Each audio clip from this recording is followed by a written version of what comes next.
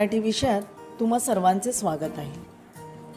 आज आपण मराठी व्याकरण पाहणार आहोत आणि या व्याकरणात क्रियाविशेषण आणि क्रियाविशेषण अव्यय यातला फरक आज आपण शिकणार आहोत। क्रियाविशेषण हे क्रियापदाचे विशेषण असते, पण ते विकारी असते, म्हणजे लिंग, वचन इत्यादींचा त्याच्या रूपावर परिणाम होतो, त्यानुसार ते बदलते।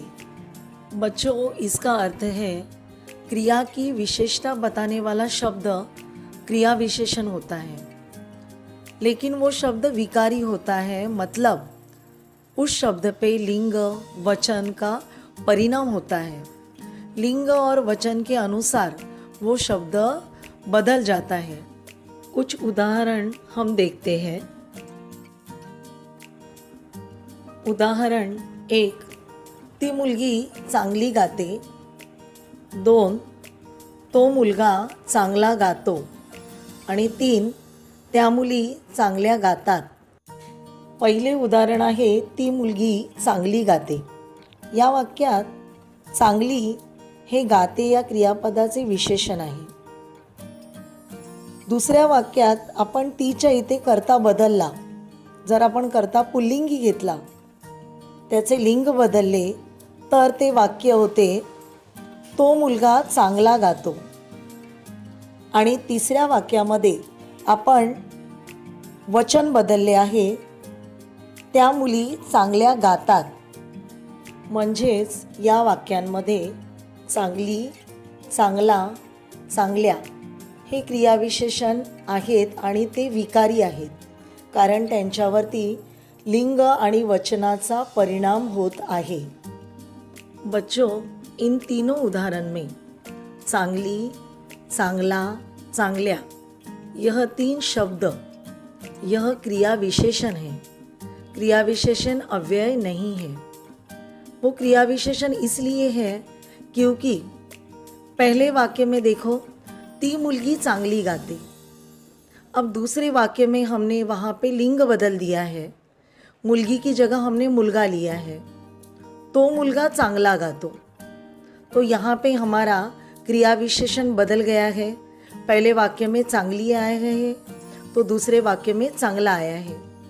अब तीसरे वाक्य में हमने वचन बदला है, त्या मुली चांगल्या गातात, तो वचन बदला तो भी हमारा क्रिया विशेषण बदल गया है, त्या मुली चांगल्या गातात। इसका मतलब है इन तीनों उदाहरण में जो चांगली, चांगला, चांगल्या यह क्रिया विशेषण आया है वह सिर्फ क्रिया विशेषण है, ना कि अव्यय। आता आपण क्रिया विशेषण अव्ययाची काही उदाहरणे पाहूया। उदाहरण 1, ती मुलगी जलद चालते। 2, तो मुलगा जलद चालतो।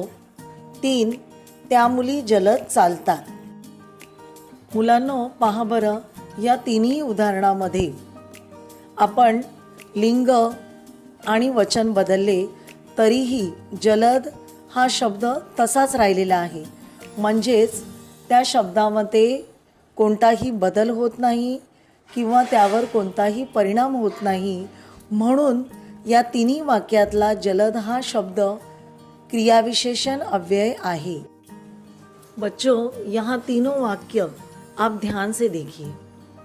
पहला वाक्य है ती मुलगी जलद चालती। जलद यह क्रिया विशेषण है क्योंकि वो चालने इस क्रिया की विशेषता बता रहा है।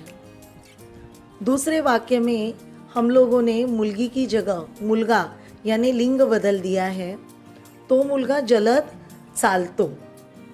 जलद शब्द वैसे का वैसे ही है। और तीसरे वाक्य में हम लोगों ने वचन बदला है, त्या मुली जलद चालतात। इस वाक्य में वचन बदलने के बाद भी जलद यह शब्द वैसे का वैसे ही है। इसका मतलब इन तीनों वाक्य में जो जलद शब्द आया है वो शब्द क्रिया विशेषण अव्यय है, क्योंकि जलद इस शब्द पे लिंग और वचन में बदल करने के बाद भी कुछ भी परिणाम नहीं हो रहा है, इसीलिए वो क्रिया विशेषण अव्यय है।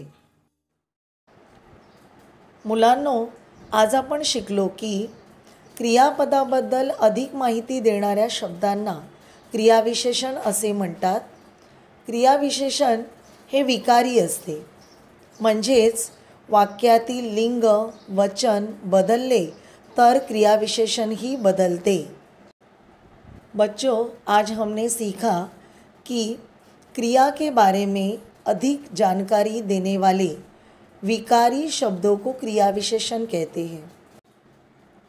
विकारी शब्द यानी वो शब्द जो वाक्य में लिंग या वचन को बदलने पर बदल जाते हैं. क्रियाविशेषण विकारी होता है. क्रियापदाबद्दल अधिक माहिती देणाऱ्या अविकारी शब्दाला क्रियाविशेषण अव्यय असे म्हणतात. क्रियाविशेषण अव्यय हे अविकारी असते, म्हणजे वाक्यातील लिंग वचन बदलले तरी क्रियाविशेषण अव्यय बदलत नाही, ते तसेच राहते. बच्चों, क्रिया के बारे में अधिक जानकारी देने वाले अविकारी शब्दों को क्रियाविशेषण अव्यय कहते हैं. यह शब्द अविकारी होते हैं, मतलब इन शब्दों पर वाक्य में अगर लिंग या वचन में बदल किया तो भी इन पर कोई असर नहीं होता. ये शब्द वैसे के वैसे ही रहते हैं. क्रियाविशेषण आणि क्रियाविशेषण अव्यय यातील फरक. क्रियाविशेषण हे विकारी असते. वाक्यात लिंग वचन बदलले तर क्रियाविशेषण बदलते. तर क्रियाविशेषण अव्यय हे अविकारी असते. वाक्यात लिंग वचन बदलले तर क्रियाविशेषण अव्यय बदलत नाही. मुलांनो, मी आशा करते की हा व्हिडिओ तुम्हाला नक्कीच समजला असेल. धन्यवाद.